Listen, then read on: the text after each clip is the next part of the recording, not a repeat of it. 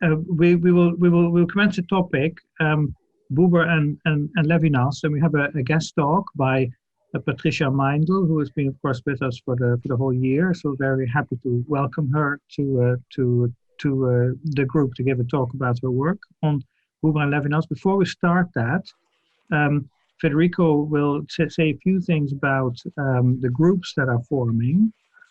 So we'll have a bit of a very short introduction in a few minutes. And before we do that, I want to say, as Paul wrote to me today, and I've emailed it to everyone, today is Martin Buber's birthday. What do you know? Like that's quite nice. And I calculated that he would be 143 today.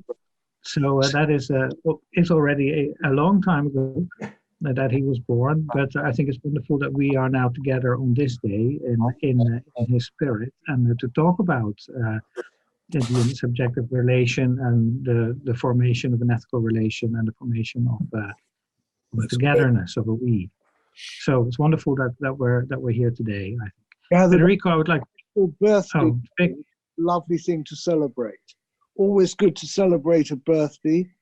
I'm not sure whether 143 marks a special birthday, but when we get to a certain age, every year is a special birthday. So happy birthday, Martin. Happy birthday, Martin. I think birthdays are great because you could also just not have been there, and that would have been no fun at all. So I think it's very good. Yeah. So thanks, Paul, for pointing that out to us. And there was also actually Rita sent a blog post about Buber, Zen Buddhism, and ecological consciousness, also written today as in commemoration of his birthday. And that's a lovely text. I just read it and I've forwarded it to all of you so you can have a look at that as well. So Federico, maybe you say a few words about groups and then we go to Patricia. Yes, very quickly. Over the past 2 weeks, we received some additions to the groups that have been proposed with the topics that have been proposed previously. So far, we have 5 groups. The first is devoted to Hebrew humanism, politics, democracy, public dialogue. The second is devoted to dialogue with intersection to therapy and ethics. The third one is devoted to conflict resolution. The fourth to feminist dialogues, and the fifth to art, music, and architecture. Not all the groups are already populated. This is, I'm taking just now a couple of minutes to taking the chance to say that if you forgot about this possibility, maybe you want to opt in for some of these. It's not compulsory at all. It's just an occasion to discuss or to more thoroughly some of the topics that we touched upon over the previous sessions. We are in contact, me, Vic, and Johan, with a librarian from the University of London that will facilitate the access to some sources that might be useful for those who want to discuss the text, especially in this moment in which we cannot take for granted the access to the libraries, but we will facilitate as much as we can through the library of the University of London. And just a couple of words about how we thought these working groups. Each of them can set the schedule and decide how to work. So there's total freedom about how to arrange the meetings, about how many times one wants to meet, about how structured do you want the group to be, and so on. The coordinators, or those who want to act as coordinators, are just the ones that will take track and set the calendar for each group according to what is more convenient for each member of the group. And in case there's the need, I can also join the discussion, maybe to provide some materials that if they're requested, or some suggestions. In terms of the practicalities, I will make the meetings possible via providing you with a link, with a Zoom link, and hosting the meetings. And last thing I think is the publication. It's been already mentioned that Johan has been contacted by this journal, European Judaism. They want to produce this issue dedicated to Buber.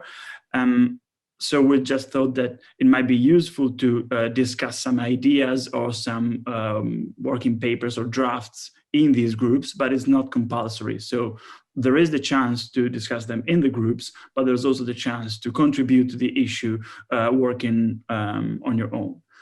I think I've said everything. Johan, just fill the gaps if there's anything missing. Otherwise, I will just send an email to everyone with a mailing list that I have after this meeting, so that also those who couldn't join us today are updated.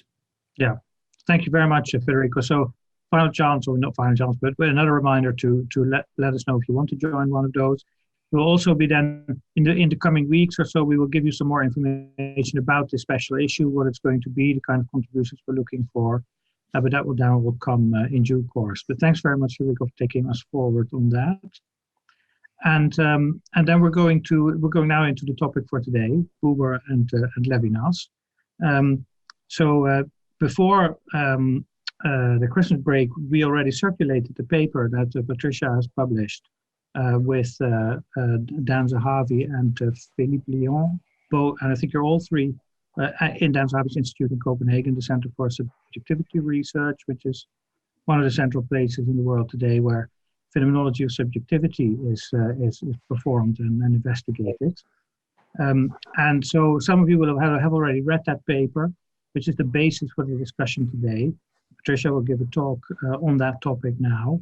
Maybe just, Patricia, a few words about your project. You're working on the topic of we and togetherness in phenomenology at the Center for Subjectivity Research in Copenhagen. Patricia has a bachelor and a master's in philosophy from the University of Graz, and also a master's from the University of which was Dublin, Dublin University College. I was very, very interested to see that Dietrich von Hildebrand features in your research. That is a name that I hadn't heard for a long time, but I wrote about him in my own master's thesis. So I'm very interested at some point to hear more about that. But the floor is yours. Please go ahead. Thanks for the very nice introduction. So yeah, this is basically the first paper that I started with when I started with my PhD 3 years ago. And I think some of my views on Buber and Levinas and their relationship perhaps have developed a little bit from what we've been writing in the paper, but I'm nevertheless very happy to discuss some of the claims that we develop in the paper with you today. I should say, though, that I'm certainly not a specialist in Levinas. I would love to be so, but I'm not. So this is joint work, and I've been mostly focusing on the Buber part. So just to lower some expectations, perhaps. Yeah, but I would. Oh yeah, do you think I could share my slides now? Yeah. I think I should. I think I've. Yeah. Can you do that? Yeah, just trying.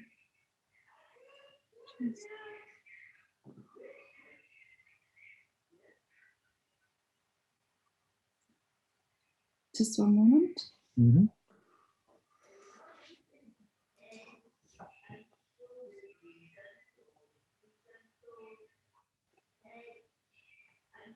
Yeah, that's working. Yeah, all right. Perfect. All right, so yeah, I think I would like to start this talk perhaps by explaining a little bit further the theoretical background of the paper, which takes as its starting point a contemporary debate that has attracted a lot of attention in the recent decade, and that is the debate on social cognition. So research on social cognition is primarily concerned with the question how we actually get to know and understand others, So how do we get knowledge about another's intentions, beliefs, desires, and emotions? And for several decades, there were basically only two theoretical positions available. The so-called theory, which assumed that we possess a folk psychological theory, which we apply whenever we want to understand another's observable behavior, and simulation theory, which claimed that we understand others not by deploying any kind of theoretical knowledge, but by using one's own mind as a model to understand others, for example, by imagining oneself to be in another's situation. And during the last 10 to 12 years, perhaps, the situation changed quite significantly, with more and more theorists emphasizing the importance of second personal relations, or of second personal engagement for gaining social understanding. And what is particularly interesting, and what I want to emphasize here, is the fact that this turn towards the second person has been very much informed by the work of Buber, most importantly, of course, his piece Eidar. And by now there is some consensus, at least in the literature, that engaging in second-person relations is a very important source in gaining social understanding. But there are quite a few unresolved questions, particularly whether one can actually engage with another as a you unilaterally, or whether relating to another as a you necessarily requires that the other is related to me as a you as well. So the question whether or not reciprocity is a crucial element of second-person relations is quite important in the current debate on social cognition.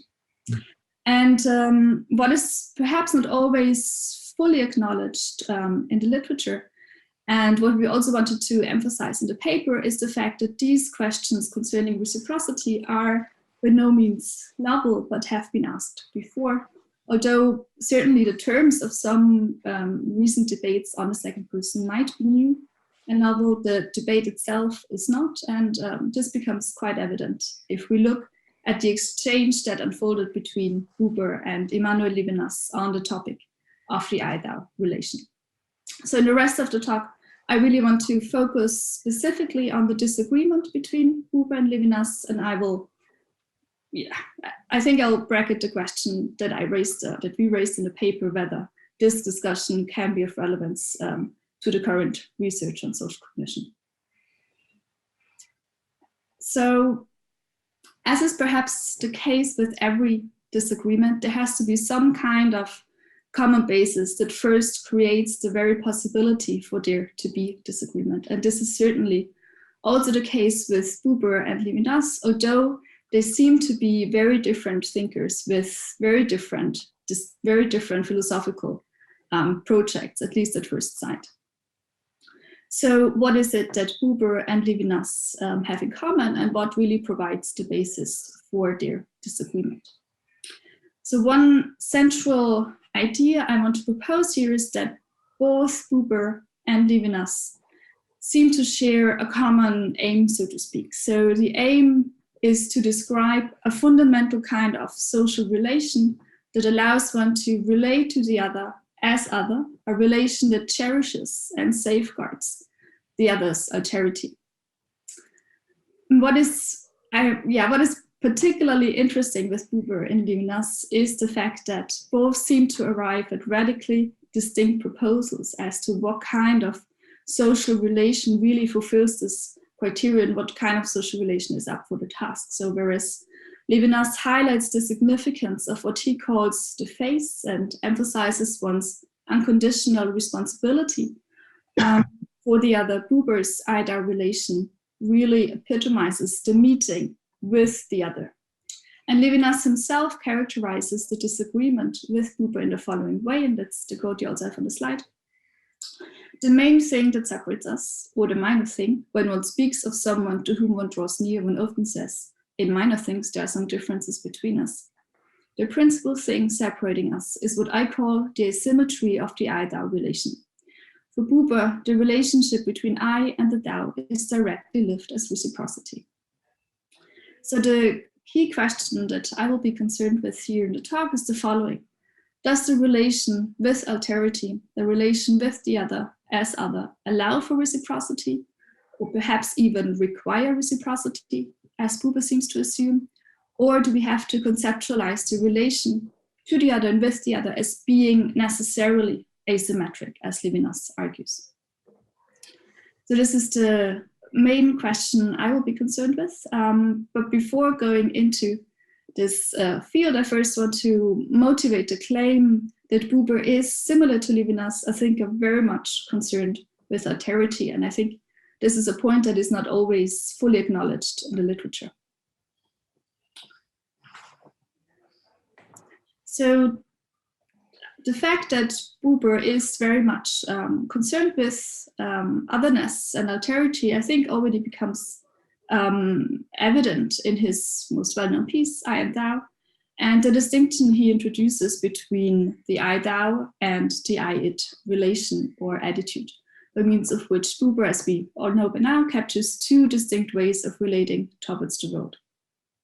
Either as a subject that is directed towards objects in order to explore them and gain knowledge, an activity for which Buber reserves the term experience or Erfahrung.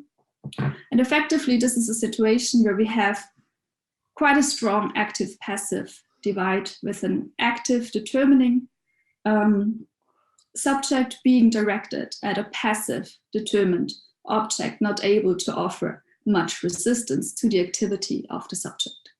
And as we know, Buber contrasts this relation or attitude with the I-Thou relation, in which both parties, both I and Thou, stand in mutual or reciprocal relation towards one another. And here's, I think, quite an important quote from I and Thou. You say thou to it and give yourself to it. It says thou to you and gives itself to you. So very much in contrast to the I-It relation, neither party really remains unaffected by the other. So in fact, as Buber puts it in a lecture course from 1938 with the title, What is Man? To stand in a dialogical or an I-Thou relation with another involves a fundamental openness, which makes possible a meeting with essential otherness. That's how he puts it. In a different text, Buber even argues that a genuine meeting with another, a true dialogue, is only achieved if the other's difference, his otherness, is praised. And just how important this issue of otherness, the difference, is for Buber becomes also quite evident if we look at his discussion of Heidegger's conception of solicitude, which I think we've already discussed quite a bit in the course of the seminar. And Buber critiques this notion of solicitude quite a bit in his lecture course on What is Man. Although he is by no means disputing that solicitude plays an important role in our social lives, he very much denies the idea that the relation of solicitude could in any way account for the most basic and original form of interhuman connectedness that Buber himself wants to explore with the I-Thou relation. I quote here again, in mere solicitude, man remains essentially with himself, even if he is moved with extreme pity. In action and help, he inclines towards the other, but the barriers of his own being are not thereby breached. He makes his assistance, not his self, accessible to the other. Nor does he expect any real mutuality. In fact, he probably shuns it. He is concerned with the other, but he is not anxious for the other to be concerned with him.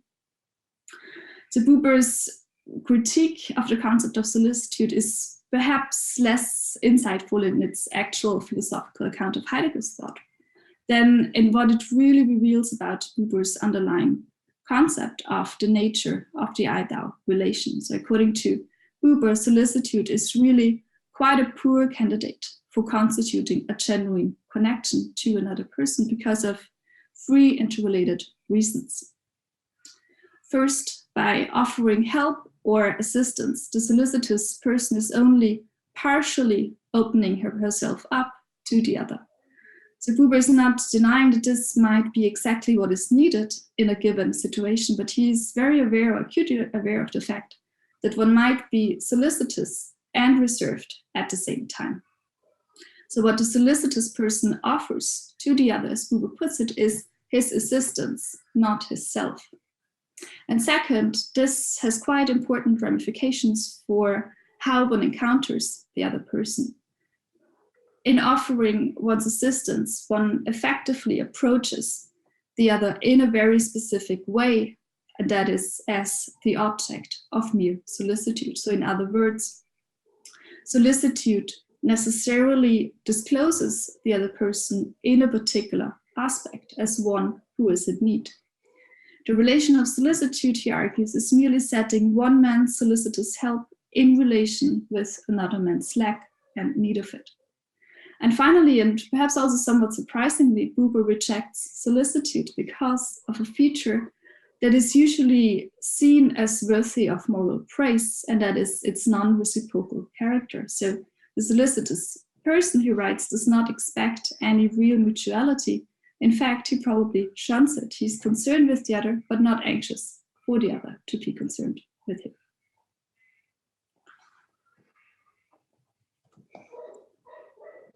And Buber very much contrasts the relation of solicitude with a relation for which I think he deploys different terms throughout his writings, the essential relation or wesenhafte Beziehung, or the more well-known term Eidar relation, which opens up the sphere of the between or the interhuman.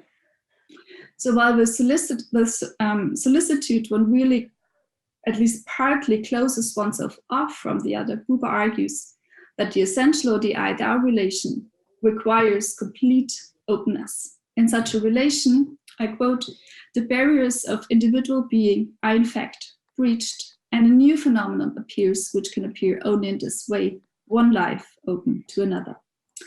And Buber illustrates what this can mean in real life by reflecting on his experience of joining a procession alongside a friend.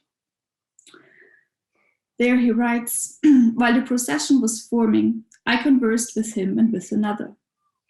At that moment, I still felt that the two men really were there, over against me, each of them a man near to me, near even in what was most remote from me, so different from me that my soul continually suffered from this difference, yet by virtue of this very difference confronting me with authentic being. Then the formation started off, and after a short time I was lifted out of all confrontation, drawn into the procession, falling in with its aimless step." So this passage, I think, illustrates quite nicely the often fleeting and short-lived character of the Eidar relation, but it also sheds light on the very important element of standing over against another, of confronting another and being confronted with the other as a very different person than what I am. And in sum, I think that these few passages that I presented here really show that for Buber, the recognition of otherness and difference is absolutely essential and plays a critical role in his conception of the Eidar relation. And as I said, this point is perhaps still too little recognized in the philosophical literature, where the theme of alterity is almost exclusively associated with the work of Emanuel Levinas. And I will now want to move directly to Levinas's work and his conception of what he calls the face or the face-to-face relation. So one of Levinas's most basic ideas is that the encounter with the other, with another person, is fundamentally different from an encounter with any worldly object or any object of any kind, really. So unlike ordinary objects, the other surpasses any conceptualization or categorization. I quote again, "Over him I have no power. He escapes my grasp by an essential dimension, even if I have him at my disposal. He is not wholly in my sight." Or as he puts it elsewhere, "If one could possess, grasp, and know the other, it would not be the other." Consequently, to conceive of the social relation to the other as a relation of grasping and knowing, one would essentially absorb the alterity of the other. So the knowing and grasping subject acts like the famous stone of the alchemists. It absorbs the foreign and annuls alterity. So truly meeting the other for Levinas means encountering what he calls the face. And he describes this encounter with the face as follows. The way in which the other presents himself, exceeding the idea of the other in me, we here name face. This mode does not consist in figuring as a theme under my gaze, in spreading itself forth as a set of qualities, forming an image. The face of the other at each moment destroys and overflows the plastic image that leaves me. And I think perhaps up until this point, Buber would agree with this characterization of the intersubjective encounter, but Levinas describes this encounter with the other's face also in very different terms. So not only does the face resist all attempts of determining and characterizing it, it is also described, or the other is also described as being weak, poor, destitute, as is evident in the following passage.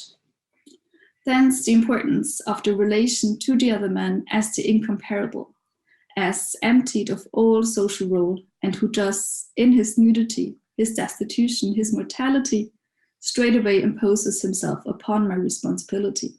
Goodness, mercy, or charity, this nudity, which is a call to me, an appeal, but also an imperative, I name face. As Levinas suggests here, there is an almost paradoxical form of asymmetry involved in my relation to the other, insofar as the other is both poorer and weaker than me, but at the same time addressing and calling upon me from a specific height, from a position that is higher than I am. And I think this is still a very difficult and complex thought that Levinas articulates here, but what I found quite helpful is to think about the moment of not confronting the other, but of being confronted by the other and of being looked upon by the other as one in which we glimpse, perhaps only for a second, a fundamental kind of vulnerability or defenselessness that appeals to me and burdens me with responsibility.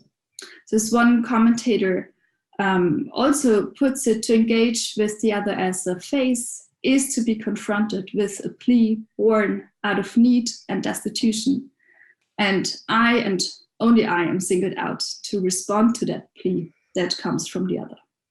Of course, much more could be said about this since it takes such a central place in Levinas' philosophy, but I now want to move directly to the disagreement that prevails between Buber and Levinas on this issue. So it can certainly be said that Levinas and Buber's writings really present us with two radically distinct or different accounts of what it means to encounter the other as other and what it means also to acknowledge another's otherness. On the one hand, we have Buber describing a horizontal relation of reciprocal engagement. And on the other hand, we have Levinas emphasizing a vertical relation of radical asymmetry. And both of them also seem to agree that a genuine relation to the other necessarily precludes a thematization or a categorization of the other. But then there is this really quite fundamental disagreement between them about the role that reciprocity can or should play in one's relation to the other. And in the paper, we outline three distinct objections that Levinas directs at Buber's conception of the Eidar relation. Here, I only want to focus on the issue of reciprocity because it seems to lie at the heart of Levinas' criticism. So perhaps formulated in a nutshell, one could say that Levinas reproaches or rejects Buber's Eidar relation, as Eidar once put it, for being reciprocal and symmetrical, thus committing violence against hate. And there is this one passage from Levinas' essay, Martin Buber and the Theory of Knowledge, where he articulates this critique. So I read out again. We wonder whether the relation with the alterity of others, which appears in the form of dialogue, of question and answer, can be described without introducing a paradoxical difference of level between the I and the thou. The originality of the I-thou comes from the fact that that relation is known not from the outside, but from the I who brings it about. Its place is therefore not interchangeable with the place occupied by the thou. In what does this position of ipseity consist? If the I becomes I in saying thou, I have obtained this position from my correlate. And the I-thou relation is like all other relations, as if an external onlooker were speaking of I and thou in the third person. The meeting, which is formal, can be reversed, read from left to right, just as well as from right to left. I think that there are certainly many things going on in this passage, but one of the central points Levinas articulates is the idea that the I-thou relation appears to be reciprocal only if viewed from the outside, from the perspective of a third personal spectator. But if we consistently describe this relation with the other from within, from the first person perspective, then the inevitable fact of the other's hate becomes very obvious, whereas it vanishes again as soon as we adopt a standpoint outside of the relation. And consequently, Levinas raises the following question against Buber. Are we not compelled to substitute for the reciprocity of the I-thou relation a structure which is more fundamental and which excludes reciprocity, that is, one which involves an asymmetry or difference of level and thereby implies real distancing? I think it is quite interesting to see how Buber himself responds to this criticism, and in a book called Philosophical Interrogations, Buber directly addresses Levinas's question and criticizes the proposed primacy of asymmetry. And he writes, understood in utter seriousness, the asymmetry that wishes to limit the relation to the other relation, to the relationship to a higher, would make it completely one-sided.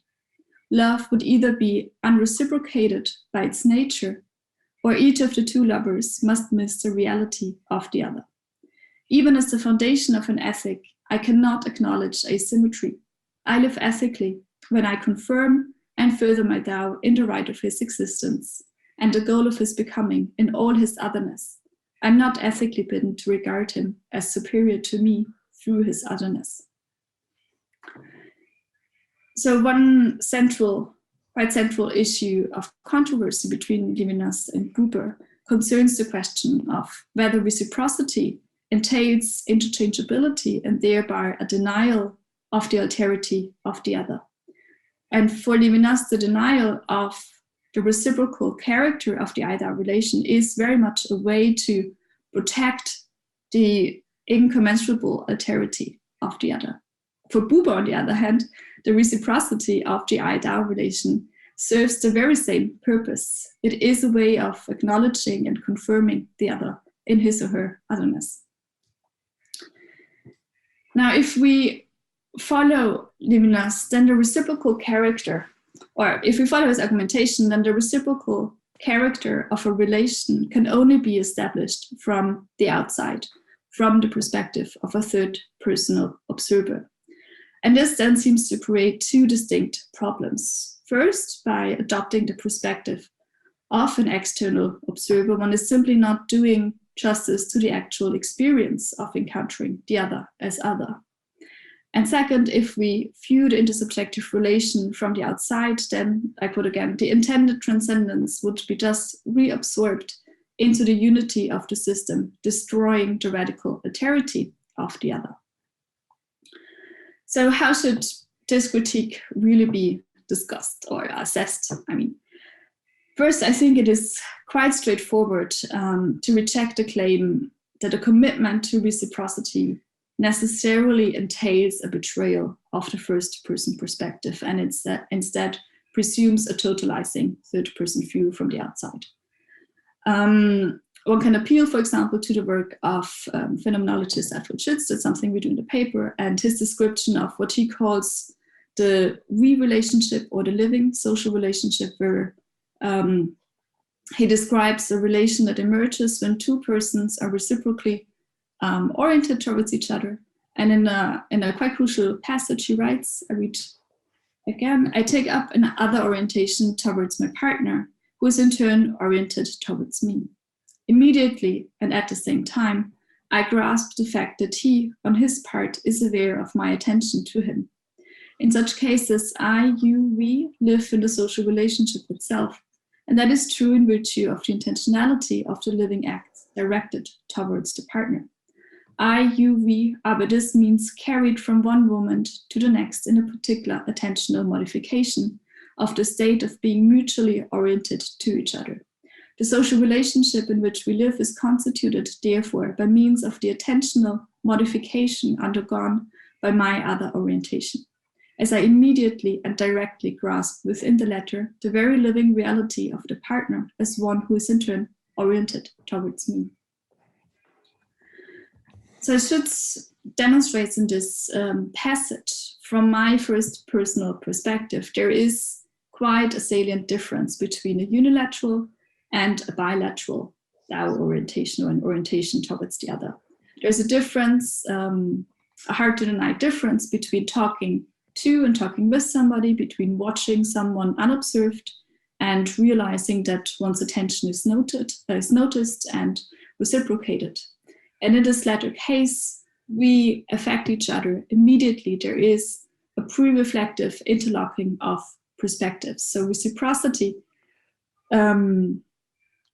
really manifests itself in a specific modification of experiences which could not have been attained within a unilateral relation. However, it also seems fairly clear that this argument does little to alleviate Levinas's more deep-seated worry or concern about the other's alterity and transcendence or difference. So even if reciprocity is experientially manifest from a first-person point of view, could it still violate the absolute and irreducible otherness of the other that Levinas is seeking to preserve? And with regard to this question, we've argued that it is not so much really the feature of reciprocity as such that is problematic, but the conflation of reciprocity with the concept of reversibility.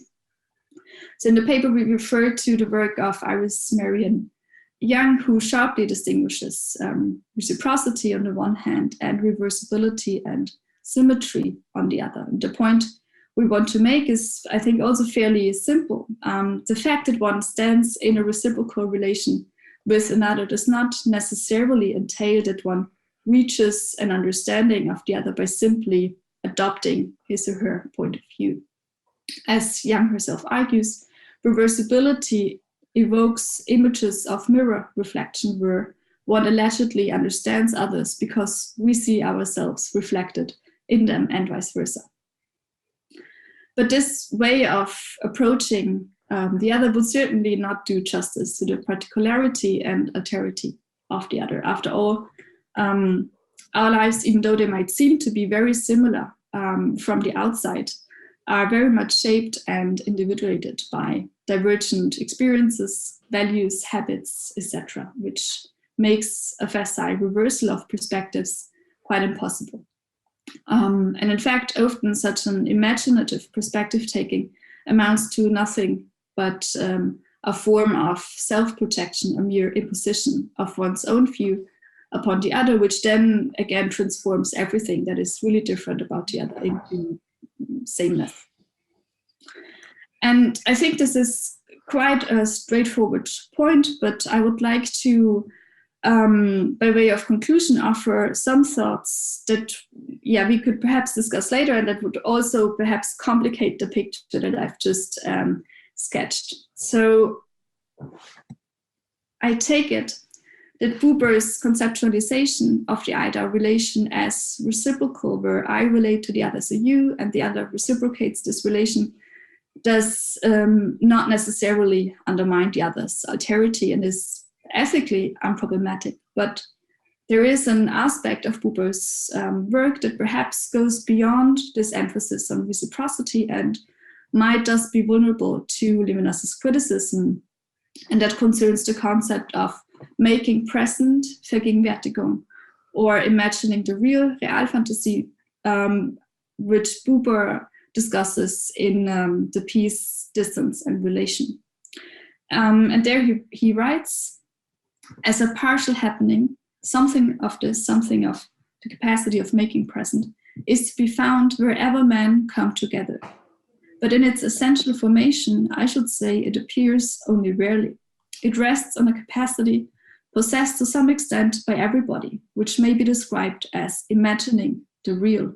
I mean the capacity to hold before one's soul a reality arising at this moment, but not able to be directly experienced. Applied to intercourse between men, imagining the real means that I imagine to myself what another man is at this very moment wishing, feeling, perceiving, thinking, and not as a detached content, but in his very reality, that is as a living process in this man. And a few paragraphs later, he argues, or he writes as follows: relation is fulfilled in a full making present when I think of the other not merely as this very one, but experience in the particular approximation of the given moment, the experience belonging to him as this very one. And in a different piece, he even argues that this act of making present, which Buber also describes as a swinging into the life of the other, allows one to experience the relation between me and another from the other side, from the side of the Tao, without thereby abandoning one's own standpoint. So the question here would really be whether the practice of, or the activity of making present can actually safeguard the particularity and difference of the other and his or her experiences, which is otherwise really central to Buber's thought. And a second thought that occurred to me after reading again and again the drafts that we've written is the following. So I think that Buber's writings on the concept of solicitude that I briefly presented in this talk could perhaps harbor some resources in order to critically assess Levinas's own description of the intersubjective encounter. So if we go back to Buber's concept of, or his critique of the concept of solicitude, then his main idea was to argue that the relation of solicitude does not really allow for a genuine encounter with the other as other, because what the solicitous person offers to the other is merely his assistance, not his self. And further, in offering one's assistance, one discloses the other person in a particular aspect, namely as one who is in need. And this, I think, might again introduce a certain categorization of the other. And the question that I want to pose here to conclude with is whether Levinas's description of the other as poor and destitute might not be critiqued in the very same way. So I think I'll leave it here, and thanks a lot for your attention. Thank you very much. Thank you very much for that thought-provoking. Use my clap function. Thanks very much for that thought-provoking and very clear introduction of the relation between Buber and Levinas that really puts very fine focus, sharp focus on what the differences and the relationships are. I just saw that the chat had been disabled, but it's now been, I fixed that now. So thanks very much.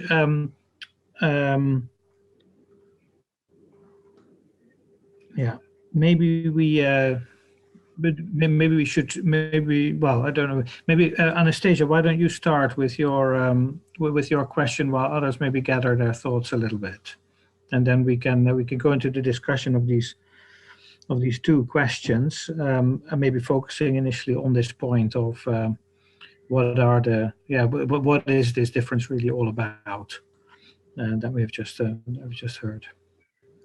Anastasia. Thanks, Johan. Thank you. Thanks, Patricia. I really enjoyed your presentation.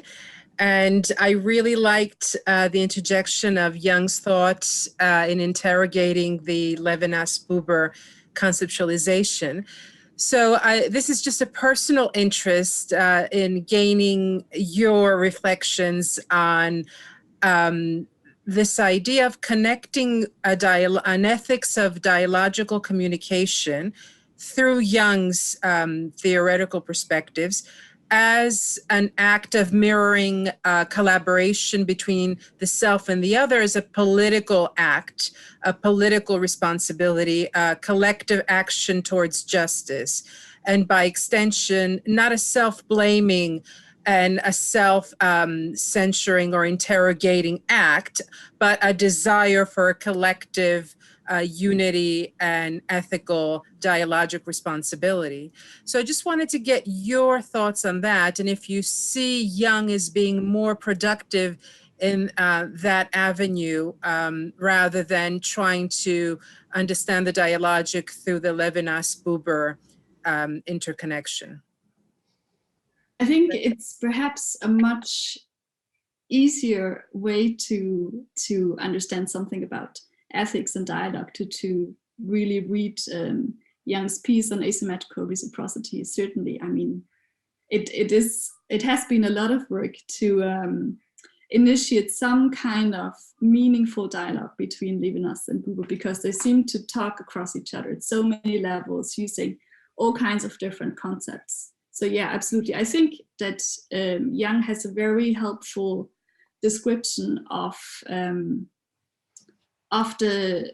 dialogical situation as one where one really has to be careful not to project any kind of sameness or any kind of features that belong to one's own into the other. And I think it's perhaps even a pity that she refers only to Levinas in her piece and completely forgets Buber, but I think that's quite symptomatic of many thinkers. So yeah. Great, thank you. I thought it was a very productive interjection of trying to bridge that void with Jung. So thank you for that. I really enjoyed reading your piece and listening to your contribution today. Thanks. Thanks, Anastasia.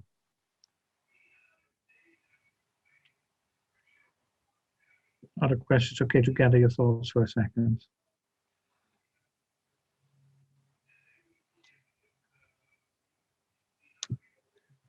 Vic, go ahead. I thought that was really, really clear, Patricia. I thought it was really helpful.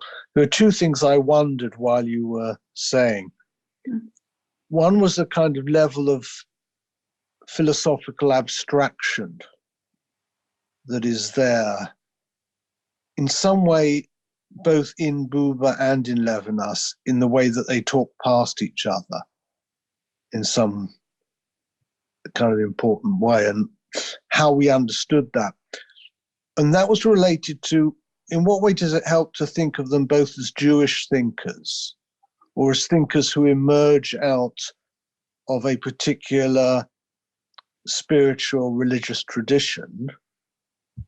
And to what extent, when we frame it in terms of the value of second-person knowledge, do we miss that? It almost seems like of little consequence, that we can abstract where they emerge from, or how they emerge, and how that might shape their own kind of philosophical tradition. So given that I also write about Jewish philosophy, there's the kind of way that it's interesting to think about that. The second thing is about the status of the social that is there as an issue for both of them, because there's a way that in the Levinas account, the nakedness of the face of and therefore the kind of authority, the hierarchy, the height of the other, is partly framed in a way to take someone out of a social context of poverty or inequality. So there's a way that even though he uses that language of the face and nakedness and poverty, it's to take you out of a social frame, because the social frame is seen as somehow being next to. You say it later in the paper when you talk about Jung, like being next to. So I'm thinking about the social. Then something's happening to my Zoom thing. I'm not sure what it is. And then the context. There's been an absolutely extraordinary series of programs on British television about the events around the early AIDS pandemic in Britain. And it's called It's a Sin. There's a moment in that, I just recommend everybody to watch it. I just think it's an extraordinary piece of work. There's a moment in it where one woman, who's the mother of a gay man, is involved in a conversation with another mother. And she challenges this mother and says, "You mean you didn't know that your son was gay? You mean all those years in your relationship with him, you had no idea?" And there's this confrontation between these two mothers about what they saw or what they knew or what they recognized. And just in that moment, I thought, here's something really important to think about not seeing alterity or otherness.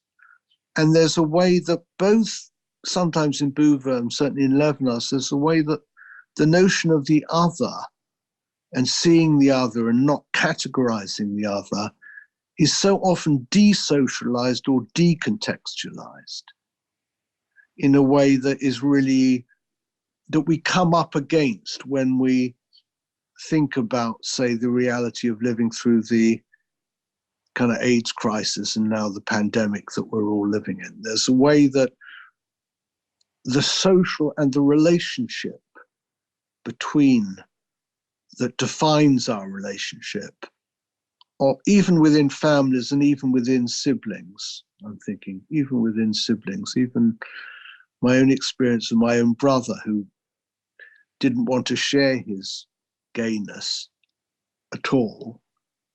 What did I know? What didn't I know? What's the meaning of respecting the otherness of me? I think it's a very complicated way in which sometimes we miss it, and the differences between Buber and Levinas don't seem to reach it. Yeah, I think perhaps with regard to the last point you mentioned, that really ties in with a worry that I sometimes have about Buber, perhaps not so much Levinas, but certainly Buber, perhaps a bit of doubts about what level of, or what status some of his philosophical claims really have, whether they are essentially normative and kind of prescribing a specific kind of behavior, kind of prescribing the appreciation of the other as other, although it seems very difficult to do in real life, or whether he actually is interested in grasping a specific kind of relation to the other that seems hidden and somehow beneath our ordinary social relations. And I think that's perhaps also an interpretation that has been put forward with regard to Levinas, that in our ordinary social relations, this trace of the other as other is really only a trace. It's not something that we actively engage in or that we actively exercise, but something that also conditions our relation to the other, perhaps as not so other, as fitting into a specific kind of category. But yeah. But perhaps you were meaning. But it might be that the contemporary description within of, the distinction between the descriptive and the normative is itself not helpful. Mm-hmm. Part of the interest of both Buber and Levinas in some way is to challenge that distinction between the descriptive and the normative. And that's part of the strength of thinking out of a Jewish tradition, in part because it places the ethical or the normative prior to what we know, that we're always in an ethical relationship, and it's in the context of an ethical relationship that we come to know others. So, I mean, that's a challenging view, and it's there in the Levinas notion that somehow ethics is the first philosophy.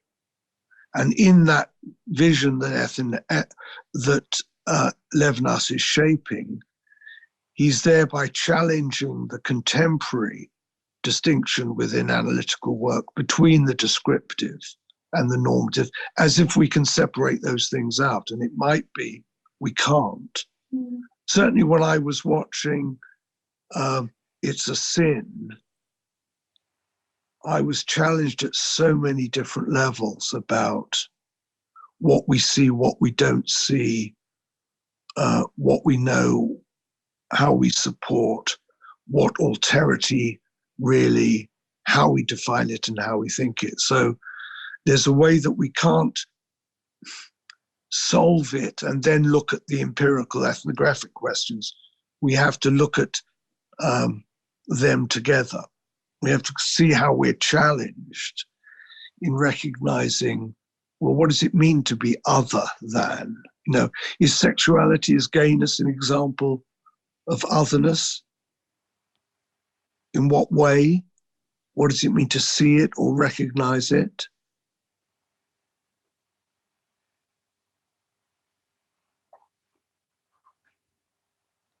These are just questions I've got. I mean, they're questions opening to all of us in the group. I just think they're very contemporary, but I just think the way that. So if I can maybe bridge a little bit, maybe Patricia, then you want to respond. There's also a question by Emily. We'll get to that in a minute. So maybe if I hear you correctly, you could maybe so this question about the social. What does it mean concretely speaking? So when we make it concrete, what does it mean? And it seems to me that what you've been saying is for Levinas, there is a kind of recognition of the complete unavailability of the other. That is the ground of the ethical appeal. I cannot in any way make this other person into an element in my project or so. And only when I am open to that, then I can really relate to them in an ethical way. Whereas Buber seems to be saying, if I can't make present to myself what this other person is going through, then how can I have a relationship with them? What can I concretely speaking then do for them or with them? How can there be any kind of relationship? And I think we start to explore this question: can these two views say something to each other, or are they as alien to each other as the Levinasian ethical relation? But when you make it concrete, maybe in that perspective, then maybe there's something you can say about what does it concretely speaking mean to act as a Levinasian? What does it concretely speaking mean to act as a Buberian, for example, in this context of sexual identity, sexual difference, or politics? I don't know if that helps, but I don't know, Patricia, do you have a response to this thorny?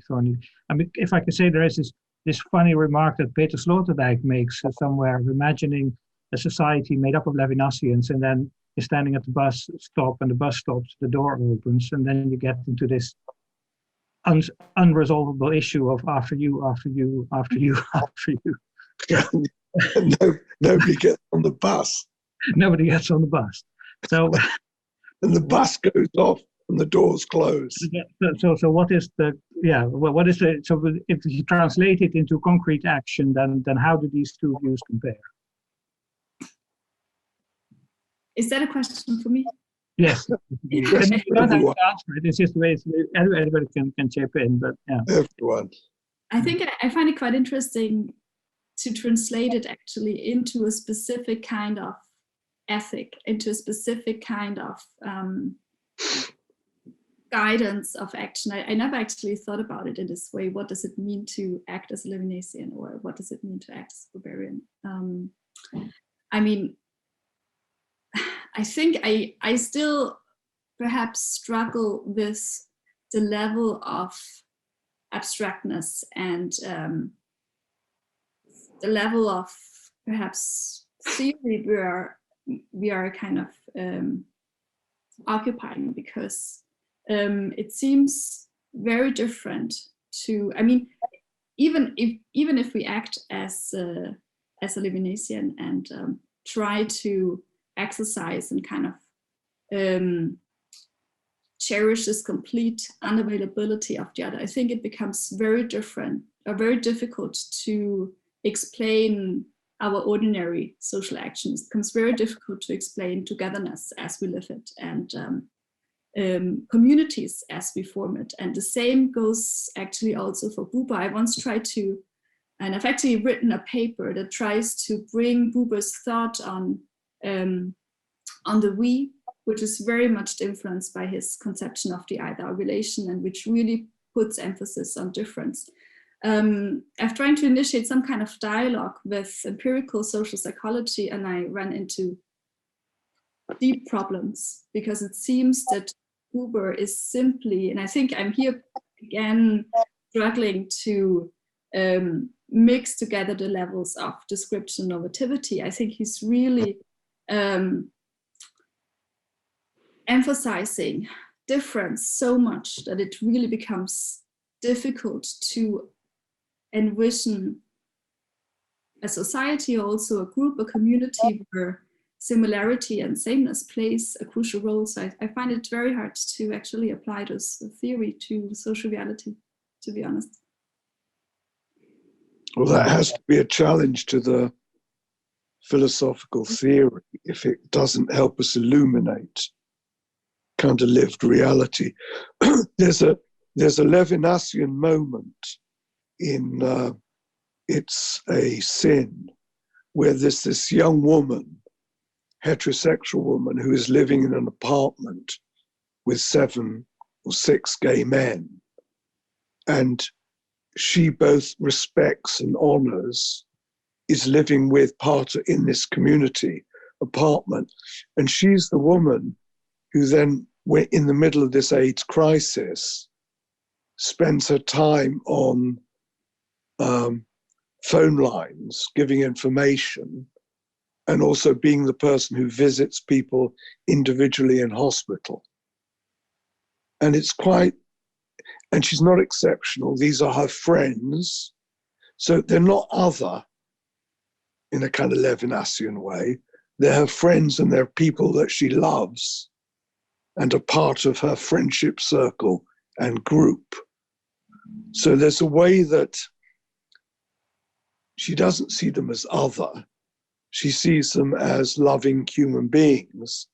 And there's a way that, there's a wonderful, last night I was in tears watching it last night, with this confrontation between, there's this young man who's a friend of theirs, I won't go into this, who goes home to the Isle of Wight, where he's basically dying of AIDS. And then this woman and a friend of hers travel to the Isle of Wight just to be able to say goodbye.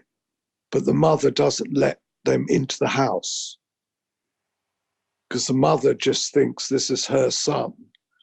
And there's just extraordinary moments where you want the philosophical work to really help you understand the kind of interrelationship between how you describe a situation and the ethics and values that are being demonstrated in this situation.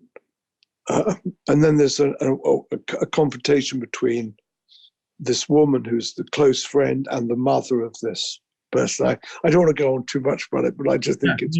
But we can all watch it, yeah. but it is very important. And maybe there's some, I don't know, maybe there's something in Levinas also of a, he writes in the phenomenological tradition and for phenomenologists. You could see a parallel, as I was listening to the paper, I thought you could maybe see a parallel between the idea, so it's almost, I don't want to just be misunderstood, but you could say maybe this asymmetry, it carries some of the traces of the asymmetry between the subject and the object, and the subject-object relation. It's just a very special kind of object that you've never encountered before, but maybe there could be something like that explains some of the abstraction. But let's go first to Emily, who has a question, and then Katrina, and then, no, Artemis just says Vic shouldn't spoil it's a sin documentary. Okay, Emily.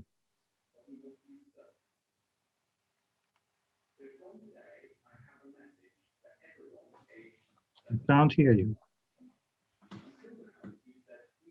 Unless you don't seem to be listening. Emily, would you like to ask your question? Actually, it's more of a comment than a question, because from my reading of Buber, I feel that, he is, his position is an idealized I. His ego is idealized. And with this idealized I, he is reaching out to the other person. But he says that the most important thing for him is that the other person is allowing him to do this. Because if the other person so this implies two things. It means that he acknowledges the existence and the separateness of the other person, and also he acknowledges the gratitude that he has, that he's allowing him to enter into Eidar relation with him. So it is a spiritual stance. And it's separate from Levinas, who is very rational and, and brings in the third person as, quote unquote, as the witness of the existence, as if, he has to be there to witness to the possibility of the relation between two people and their exchange, you see. This is what I mean. These are the conclusions that I came to. It's not a question, And nevertheless, Patricia, do you want to respond to it?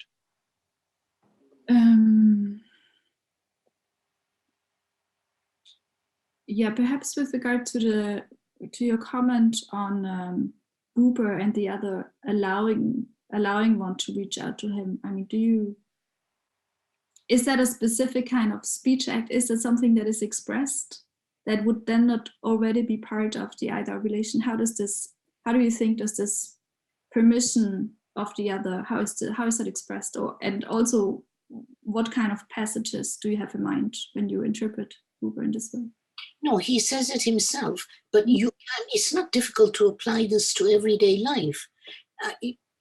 If you by listening, to the other person. I think, I'm thinking of in psychoanalytical terms, which is my specialization.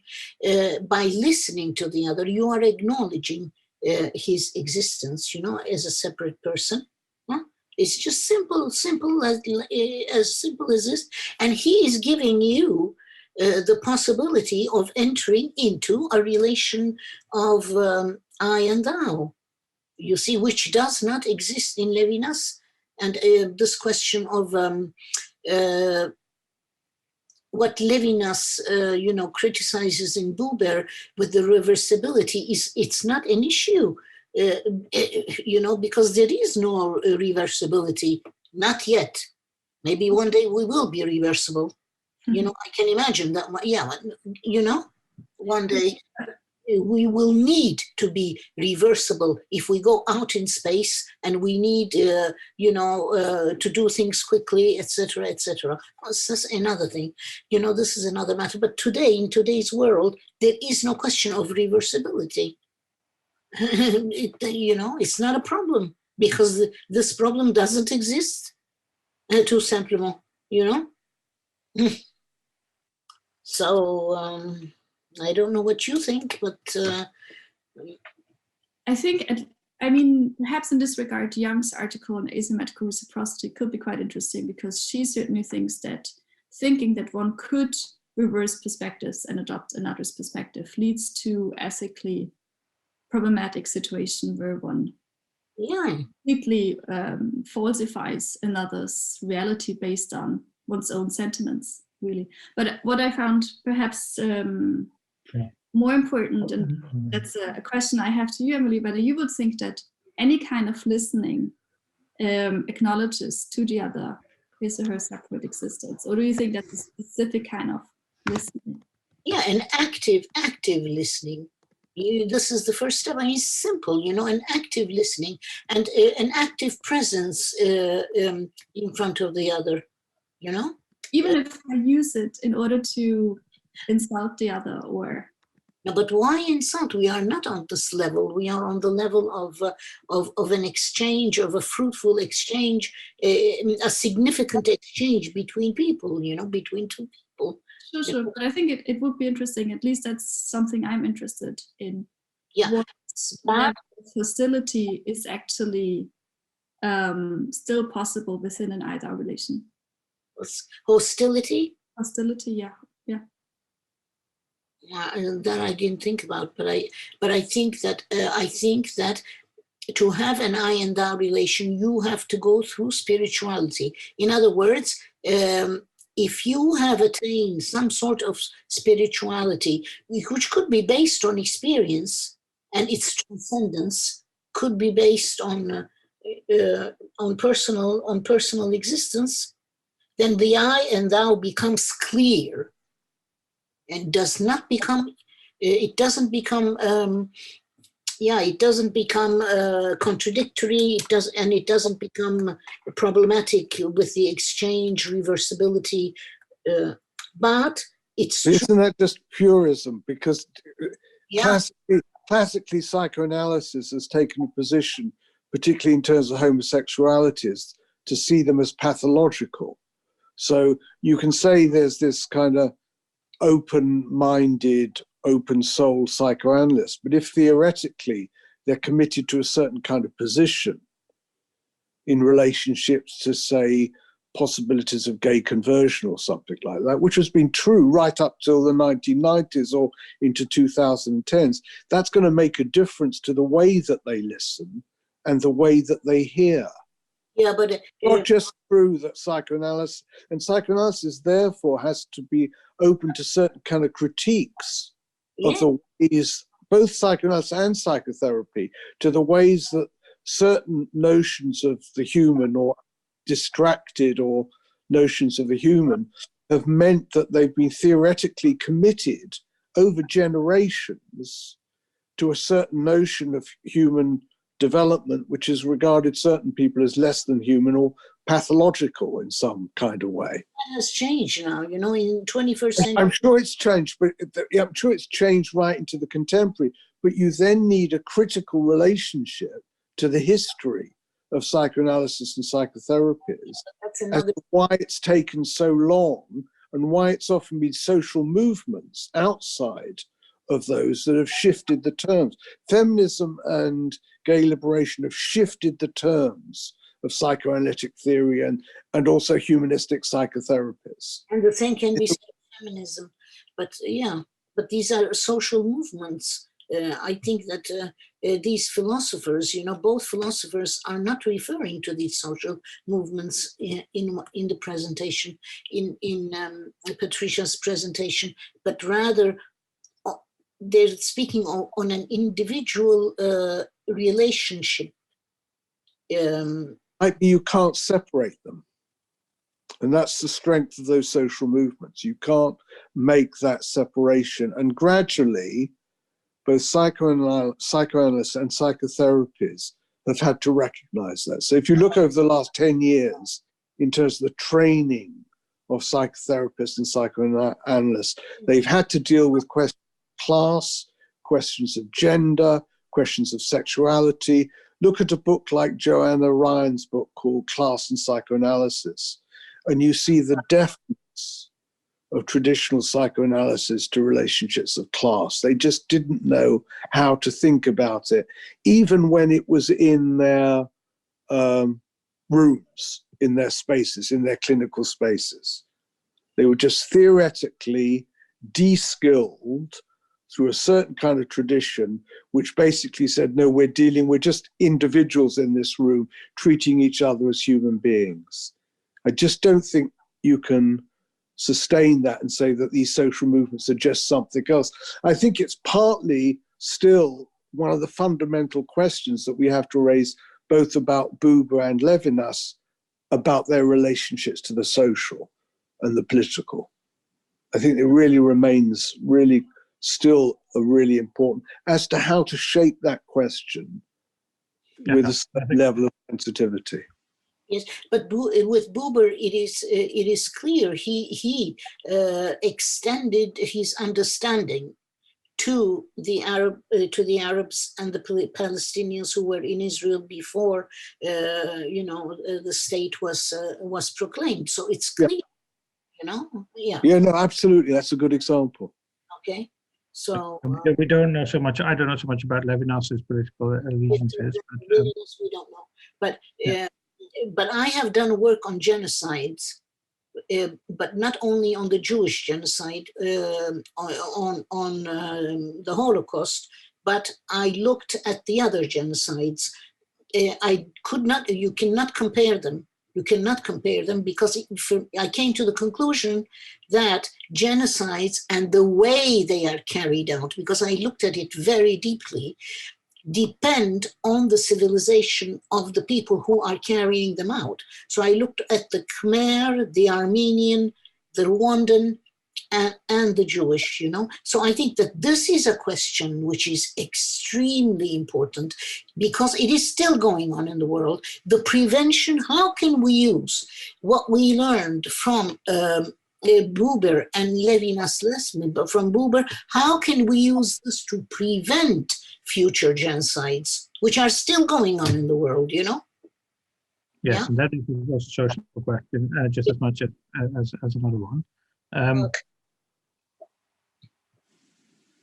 Sorry. So we're going now in many different directions. That's fine. This just to finish this point over, then we'll go to Katrina.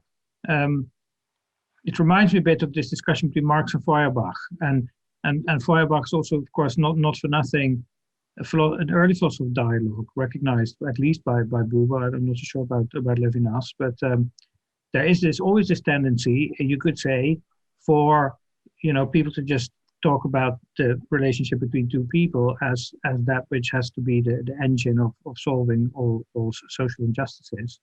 And how do you make the shift to a larger connections? And Buber makes a very strong distinction between the social and the interhuman. And you could say you could ask the question, how is that mobilized in different political agendas or different views of what the social is? Maybe there are different ways of thinking about it. It doesn't have to be one or the other. The question, what is the place of hostility and hate in the Eidar relation, is actually a very important one, I think, because that speaks right to the heart of social conflict. And is there a sense in which dialogic relationships can be maintained in situations of deep-seated social conflict? So that would require a very elaborate discussion. But we can come back to that in a minute. Let's now go to Katrina, because that question has been waiting for a long time, and then Federico, and then Marcus. Thanks. Yeah, a question, Patricia. I really enjoyed your paper and your reflections on other orientation and reciprocity and how you're bringing them together and identifying tensions between Buber and Levinas there made me think back to discussions we had earlier, also in the first semester, around Buber's I Thou as not always only in the interhuman. So he has this example at the beginning of I and Thou about the tree. And this opens up to this potentially ecological reading of Buber. And where would we go with that then in terms of the reflections you were offering? So if we have a bilateral thou orientation And that really spoke to me, you know. So we come into the presence of the partner as one who is in turn oriented to us. And how is the non-human oriented to us? And I think it is, but it's maybe very, it's at the fringes maybe, or it's pushed to the margins of Buber's main concern.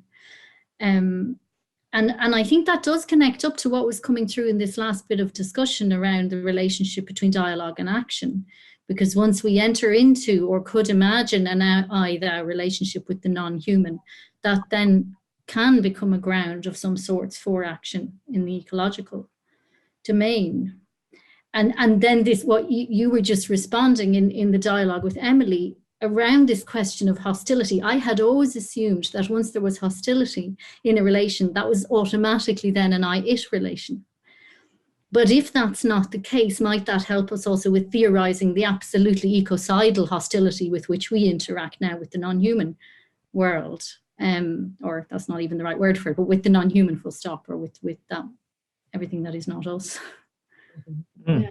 Trying to draw those threads around hostility and action together, pushing towards this non-anthropocentric or post-anthropocentric reading. Perhaps with regard to this question of hostility, I think there's this one passage in Buber where it's quite clear that hostility can remain, or the Eidar relation can be hostile to the extent where one still recognizes the other's difference, whatever that may mean then in the particular situation. But I think there's this passage where he's, I think, even saying that, I'm not sure whether he uses the expression of the Eidar relation or is another term, but I think he's saying that it is precisely in this situation of conflict where we are not necessarily in a harmonic relationship that the Eidar relation comes, or that there is a full Eidar relation. I'm not quite sure. I don't think he uses the term Eidar relation, but he makes a point about hostile relations. But it's perhaps only one or two sentences, and then of course it's very general. Can't really. Yeah, there's also in the passage that you quoted, the woundedness, because somebody is different from yourself, to put it a bit in a charged way. So that's also, and it seems to me that, and he says that is the basis of an authentic relation. So maybe there is kind of recognition that an authentic relation also means a recognition of a fundamental otherness. And so as you said, yeah, I think that's quite strong, right? I mean, that he really also talks about it as feeling that the other's difference really hurts, and that it seems to be a negative. Yeah, maybe, yeah. So how does it relate to Katrina's question about the transhuman and the non-human? I'm not quite sure. I mean, whenever I think about the relationship with non-human entities, the Buber's Eidar relation, I come to think that what is really important here is not so much the question whether there can be any kind of reciprocal relation, but more the question, what could it mean to adopt this kind of, or exercise a kind of openness that Buber otherwise also emphasizes to a great extent. So there are, I mentioned briefly this literature on social cognition, and there seem to be two different ways of reading Buber. There's this one position that really emphasizes reciprocity, and then there's this other position that emphasizes openness. And I think once we emphasize openness, it becomes quite easy to apply the Eidar relation also to non-human entities. But of course, it's then a question what it really means to be open towards a tree, whereas to be closed off with regard to a tree or any other entity. And I don't really know how to apply it to the current ecological crisis. I think that's something I would have to think about further. But yeah, perhaps someone else has some thoughts on that. Well, the blog that I just sent out today talks about that, and concludes by saying, I'm just quoting that last sentence, it is on this issue that dialogical ecology argues that the point of confluence between Buber and Zen is at its most fruitful. Zen begins where Buber does not fully enter, and Buber begins where Zen is not fully committed. But that seems to be a sort of a statement to suggest that just precisely in this level of commitment to, that you could envisage a new sort of ethics of nature.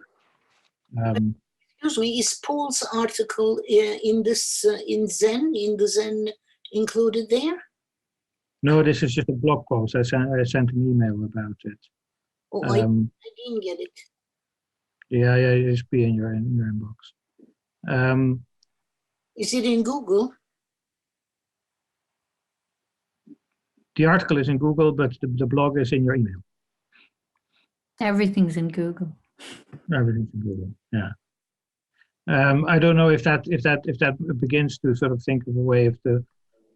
And you could probably ask the same question of Levinas. Well, does a tree have a face in that sense? Maybe there's more openness in Buber than in Levinas in that respect, especially because he seems to limit the ethical to the human. Yeah. Okay, so let's go to Federico and then Marcus and then Buber. Okay. I'm afraid I won't follow directly this thread, so I'm sorry for the confusion or for opening a new door. But I'd like to go back to the notion of asymmetry and the asymmetrical relation. My impression in general is that sometimes Buber and Levinas are not thinking exactly at the same thing, and this is why they tend to have to mobilize or to use two different notions of reciprocity. And specifically, when I think about the asymmetrical relationship in Levinas, it came to my mind that one of the main points is that he makes in some of his essays is that of obedience before knowing the commandment. And I think that is one of the ways in which it's very clear that the relationship towards the other is asymmetrical, in contrast to the symmetrical relationship that we have in the case of a pact, or, for example, a political pact. There is something shared, and everyone is in the same position towards the other. Whereas what Levinas suggests, putting ethics first, is to obey without even knowing that the other are obeying, without even knowing whether it's legitimate, this commandment that we have to obey to. And with this regard, it seems to me that the kind of relationship to the other, where the other stands at higher than us, higher than me, sorry, it's just to teach me this commandment to which I have just to obey. Now, this is the notion of asymmetry in Levinas, it seems to me. Whereas the one in Buber, he stresses reciprocity as mutual giving. So it's not just a command, it's something else. And it seems to me that these two are perfectly compatible one to the other. So it's not a question whether there must be reciprocity or not in my relation with the other, but there are like two different moments in the relation. One is I obey to the other. I recognize that the other, without knowing the other, I obey to the basic commandment that for Levinas is I do not kill him. Whereas the Eidar relationship in Buber, it's another way of engaging with the other. So I don't see them as clashing one onto the other. I wanted to ask whether you Patricia, you probably worked a bit more on reciprocity, on this notion, whether you think it makes any sense, this kind of reading that I have. Yes, I think it's an interesting reading, and I also thought a little bit about how the two could be compatible. But I think once one thinks about compatibility, I think one also loses sight of the fact that I think both of them, and that's perhaps the source of the disagreement, want to describe perhaps the most fundamental kind of social relationship that lies at the heart of sociality as such. So I think there is perhaps not a disagreement if we think of both of them characterizing certain moments in our relationships with others, where we can perhaps find this obedience, but also reciprocity, of course. But I think the disagreement comes into view once we accept, or perhaps one could also put that question, but I think once one realizes that both are interested in singling out a fundamental social relation that lies at the basis of perhaps all other kinds of social relations. That's where the disagreement lies. But of course, one does not perhaps necessarily has to phrase the discussion in this way.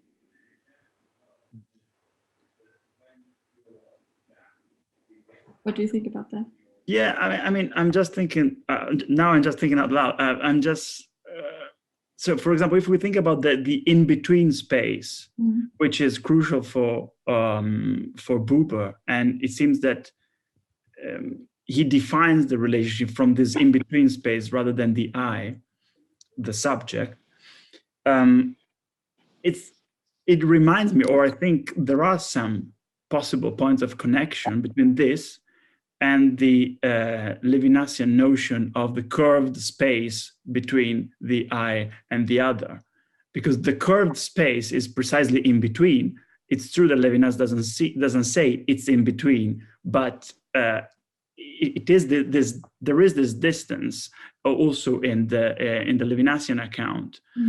So that's just my impression. It's not just that they want to stress two different things as the fundamental social unity, let's say, or social experience. Sometimes I think that they just address the same thing, naming it differently. This is one example, but it's just an impression, as I said before. Yeah, I mean, I would certainly agree that both of them emphasize this moment of distance and of separation between I and the other. But I think there is still this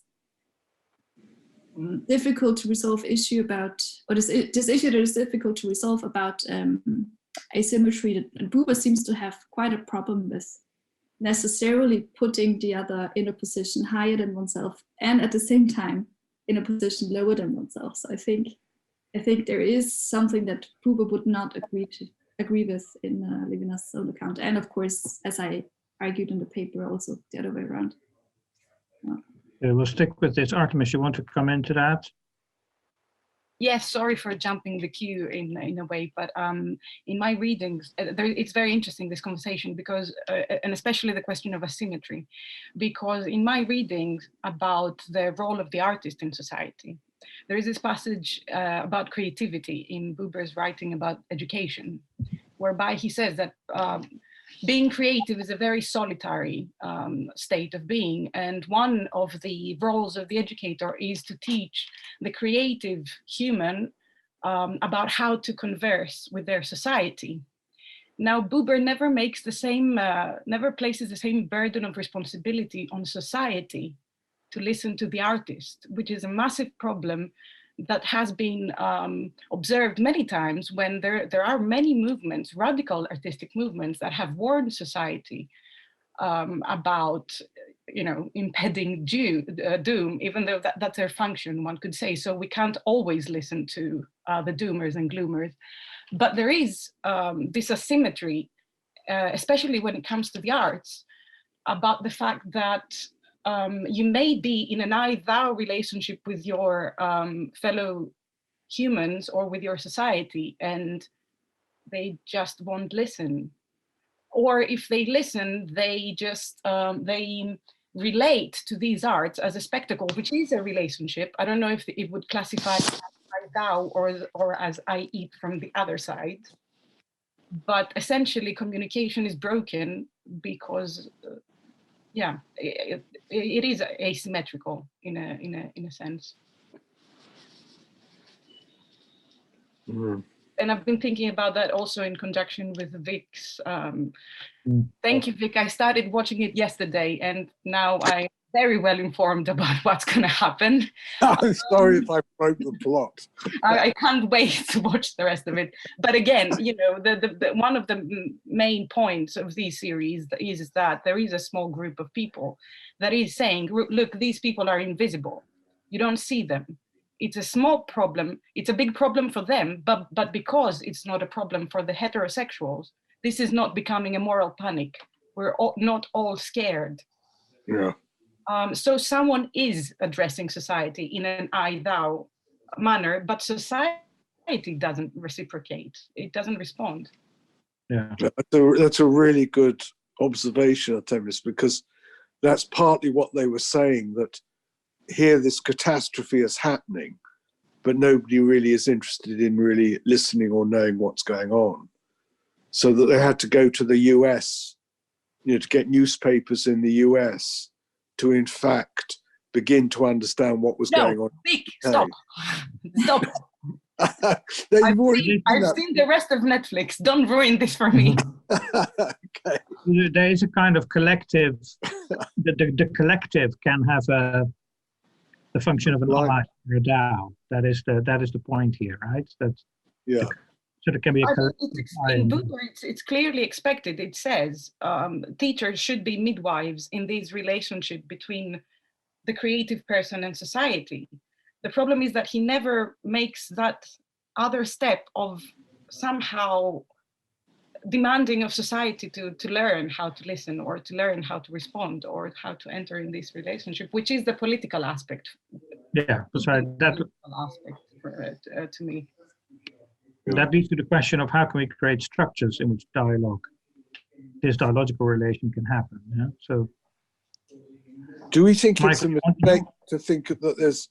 Yeah, thank you. What Patricia was saying about fundamental, to think that there is a fundamental relationship, and that we've somehow got to decide between, rather than thinking no, there are different aspects. They're both helpful. They argue against each other and they talk past each other, but we don't need that kind of fundamental account of human relationships that they're both trying to work for. Let's park that question for a second and first go to Michael, because he wanted to come in on the point that Artemis was making. And Thank you. Back to that. Yeah. Well, Patricia, I wasn't here for your talk because I was teaching myself, but thank you. I read the paper and I thank you very much for it. On the question of reciprocity, I always took Buber to be quite supportive of unilateral I-thou relations. As Katrina said, and as I think Artemis would agree, an artist is one who approaches inanimate objects in an I-thou way. And the same is true for nature. One sort of feels the existence will, if you will, in the kind of a Schopenhauerian way. One feels that coming from everything and everybody. And one steps into an I-thou relationship, I think, autonomously, without expectation of reciprocation. I've always thought that Levinas's critique was completely off the mark. But if I might transition to what Artemis was saying, I think we all know that the relationship held to be most fundamental by Levinas and by Buber is the relationship of mother to child. And we know that Buber's own history of relationship to his real mother versus his grandmother and so forth was one that probably preceded his entire life in philosophy. What is mother love? And in Levinas's writing, the most primary relationship is the love that a mother has for the child that is yelling and screaming and yet commands that it be taken care of. That is both higher than the mother and lower than the mother. In fact, is the product of the mother. But the child is already, the demand is coming from God, which is to look after the child. I think that is the bond of all bonds. But surely it makes common sense sociologically to say There are relationships that are mother to child, husband to wife, brother to brother, sister to brother. There's a network of family relations. There's a network of community relations. There's a relationship of citizen to citizen, of lawyer to client, of teacher to student. Why should all of these be collapsed into the same patterns of I thou-ness and I itness, or the same ways of manifesting them?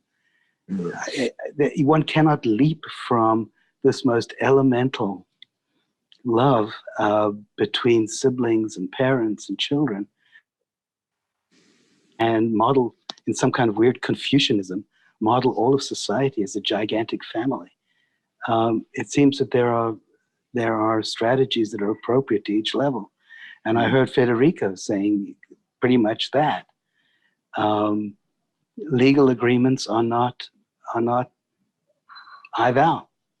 And I don't think Buber ever wanted a society to run as a network of I thou relations.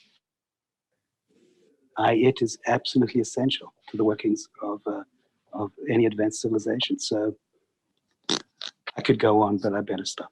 Thank you. Yeah, but I think perhaps the question is what relation makes all other relations possible? And I think Levinas would perhaps argue that this relation that he describes, that has built into it a paradoxical kind of asymmetry, is the basis, the foundation of all other kinds of social relations. And that does not necessarily mean that all these relations would have to collapse into one or would have to be reduced to this one. But I think he is very aware, or I mean, one can perhaps also criticize that, but at least as I read him, he's quite aware that there is a specific moment in our relation to others that kind of is the foundation for various different kind of relations. And certainly do you not agree that the mother-child is that relationship? I think it's a great articulation of exactly the relationship that Levinas otherwise probably thinks is the condition of possibility for all kinds of relations. Yeah. But in an empirical sense, of course. But I think also, I mean, if we abstract from the fact that these are mother and child, the mere structure of the relation is also the foundation for all kinds of other relationships. Yeah, and the fact that we find it in nature among animals is, I think, also was significant to him. Yeah. And of course, it's important to say that the I-it is absolutely essential and we couldn't do without it. But at least I think Buber is also clear in saying that there could perhaps not be an I-it relationship without an Eidar relationship. So it's a condition of possibility for an I-it relationship. Yeah. I never saw that or read that, but you might be right. Yeah. I think that's in Eidar, and that's quite clear. Okay, so now we have Marcus and Paul and Jordan. Thank you, Johan, for letting me speak there. Yeah, no, okay. Marcus, you've been waiting for a long time, so. No problem. Thank you, Johan. Thank you, Patricia. That was great. I came at this from probably a less academic viewpoint. And my reading was that what Levinas was adding to the equation was responsibility for the other, kind of being responsible to and for the other who I am facing. What are his needs, what his hunger, his existence? So I'm asking myself, surely for the Buberian dialogue, the mutual trust to be developed, there is some kind of requirement or a necessity for not only the dialogue to occur and for both sides to understand the needs, the where each one is coming from, but also some kind of responsibility to do something about it. If the subject of the dialogue, for example, is Israel-Palestine relations and or lack of them, then isn't there a kind of responsibility between the parties to do something about, to take some kind of action based on the subject of the dialogue? And maybe I'm just making it, simplifying it, oversimplifying it. But I feel that perhaps there is something in Levinas's critique of Buber from that point of view. Mm. Okay. Yeah, I'm not sure. I'm not quite sure whether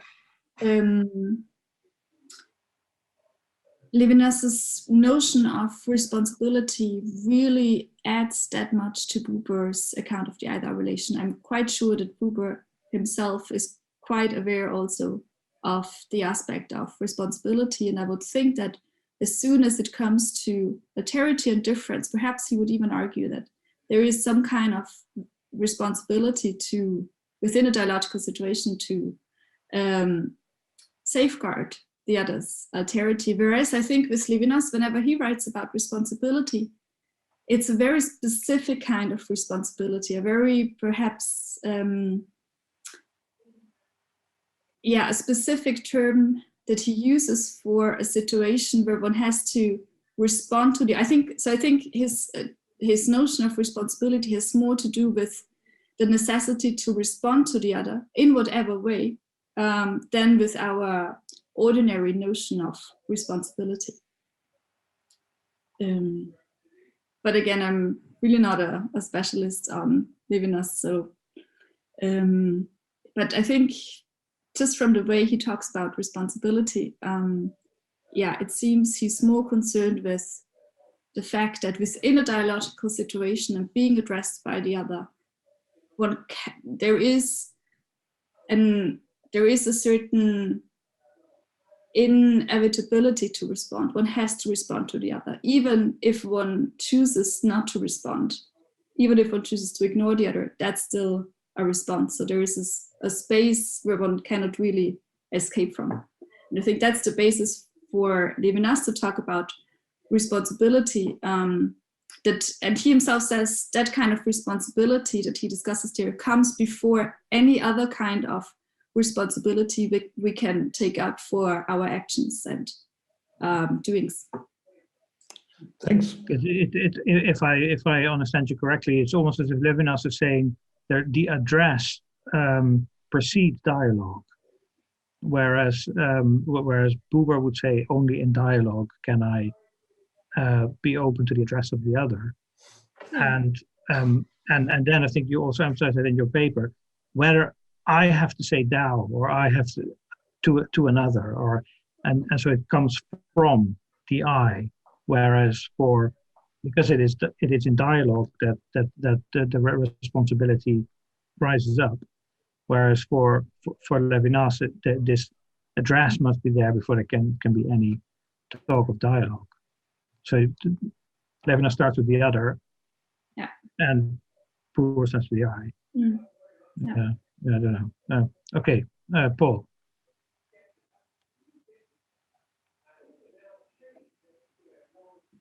You have to unmute yourself, otherwise I can't hear you.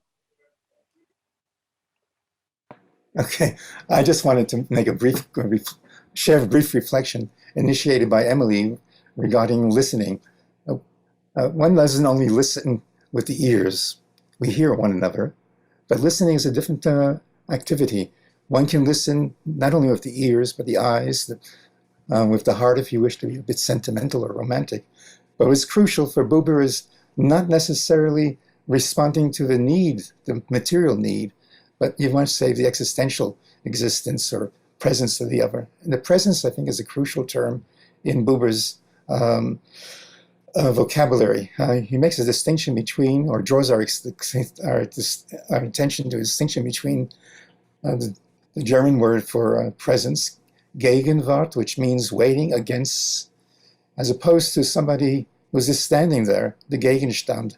The Gegenstand has the attributes which we draw from what a Kantian says, and there's a Kantian background to Buber, that the world of knowledge is for us sensate experiences, hearing, touching, smell, particularly vision. And that is the world of attributes: tall, short, Palestinian, Jewish, Dutch, or whatever you want to say. We describe people in terms of their attributes, but that's not the whole reality of another human being. As when Buber speaks of the presence of another human being waiting over against us, as you recall in reading Buber, it's not only a person in material need, it's an existential need.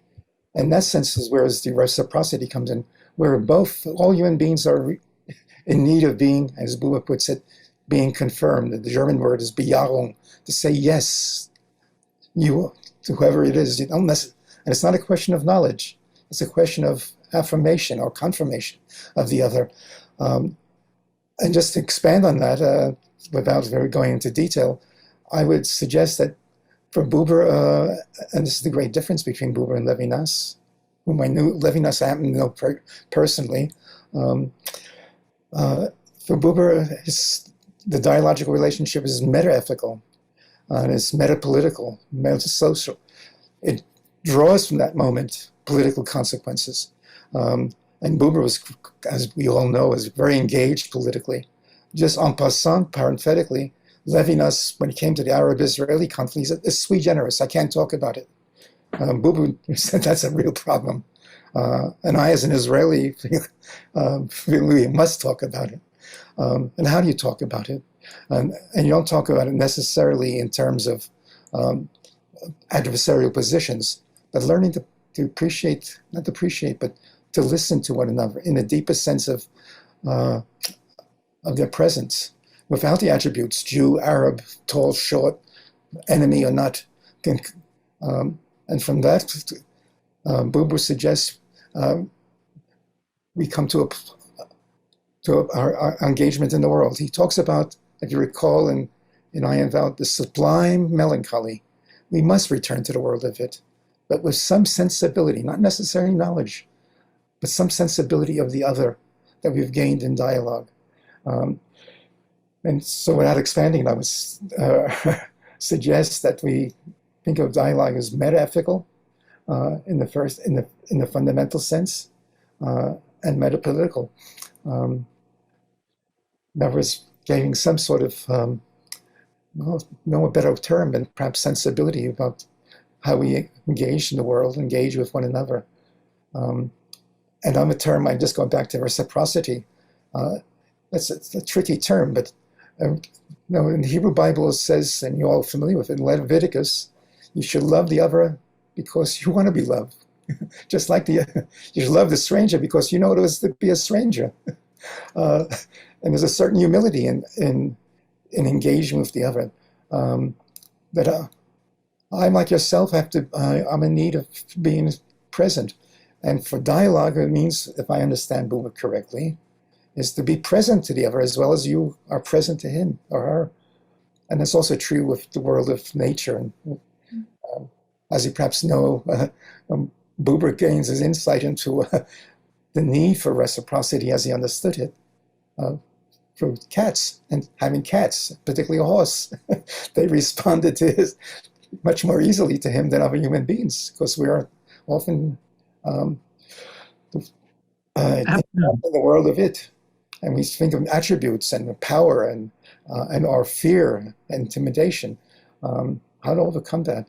And the key term is trust, mutual trust. And there's religious dimension that Emily touched upon, the spiritual.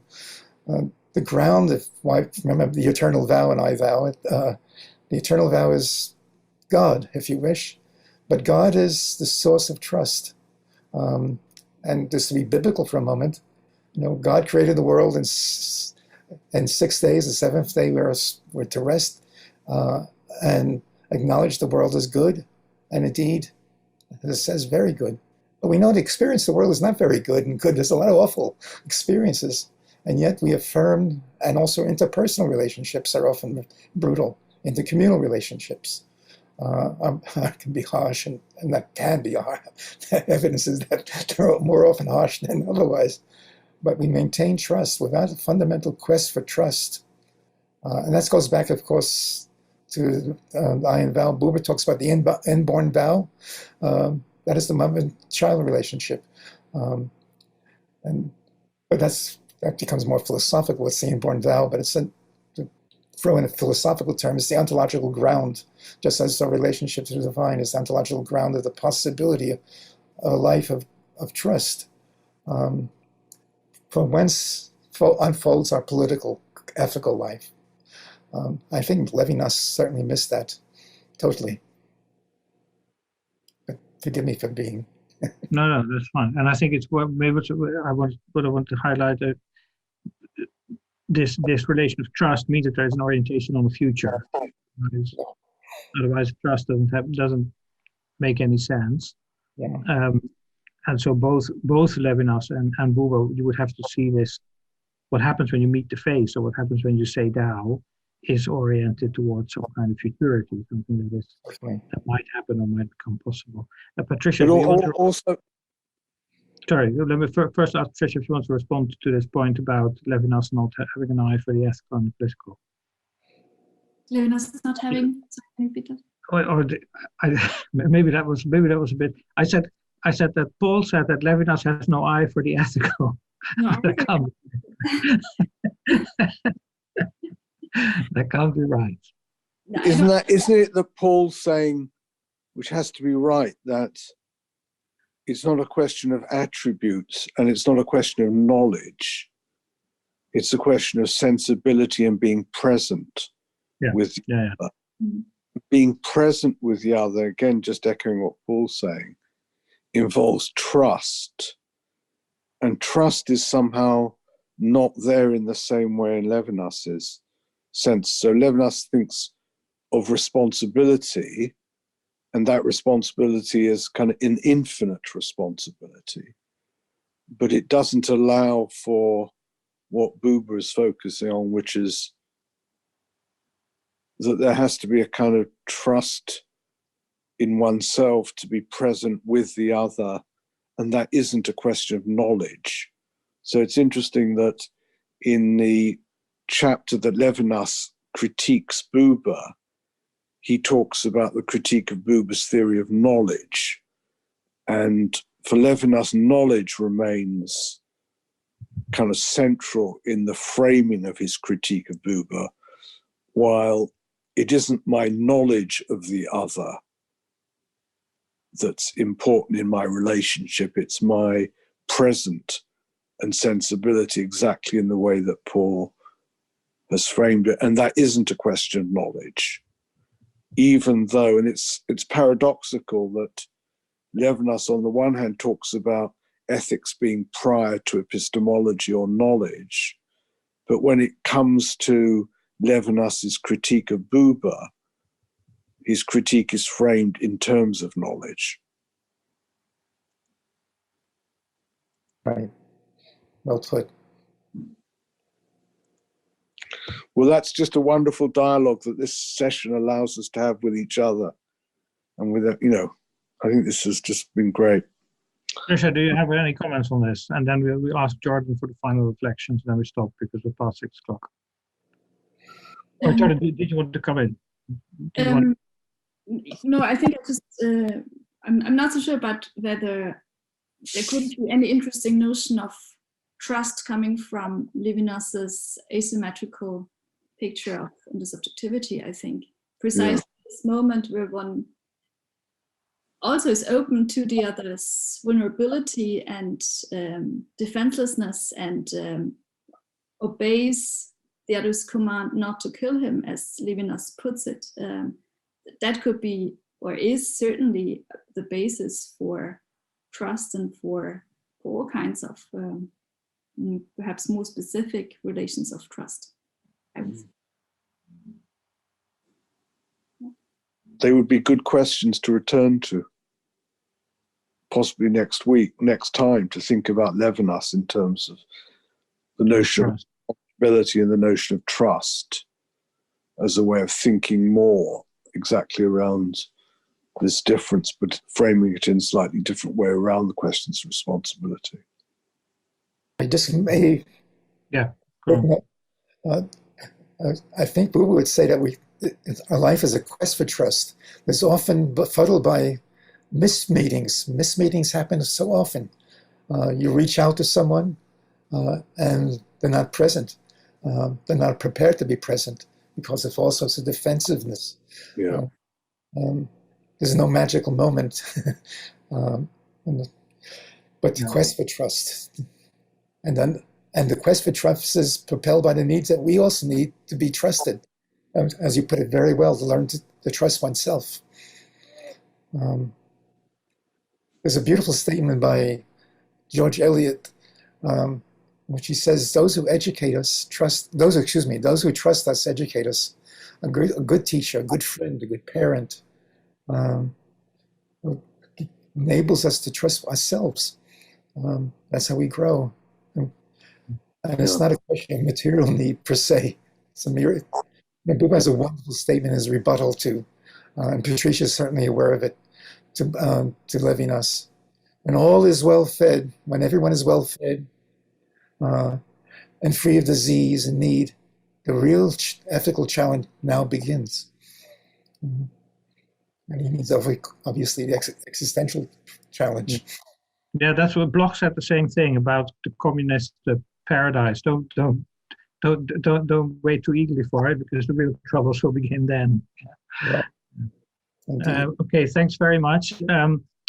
Jordan, I noticed, I'm aware of the fact that you had some points, but are they now, have they now been discussed, or do you want to come in and make some final observations? No, thank you. And it's been very nice to hear everyone. I can table it and I can follow it via email just to be respectful of time. Okay, thanks.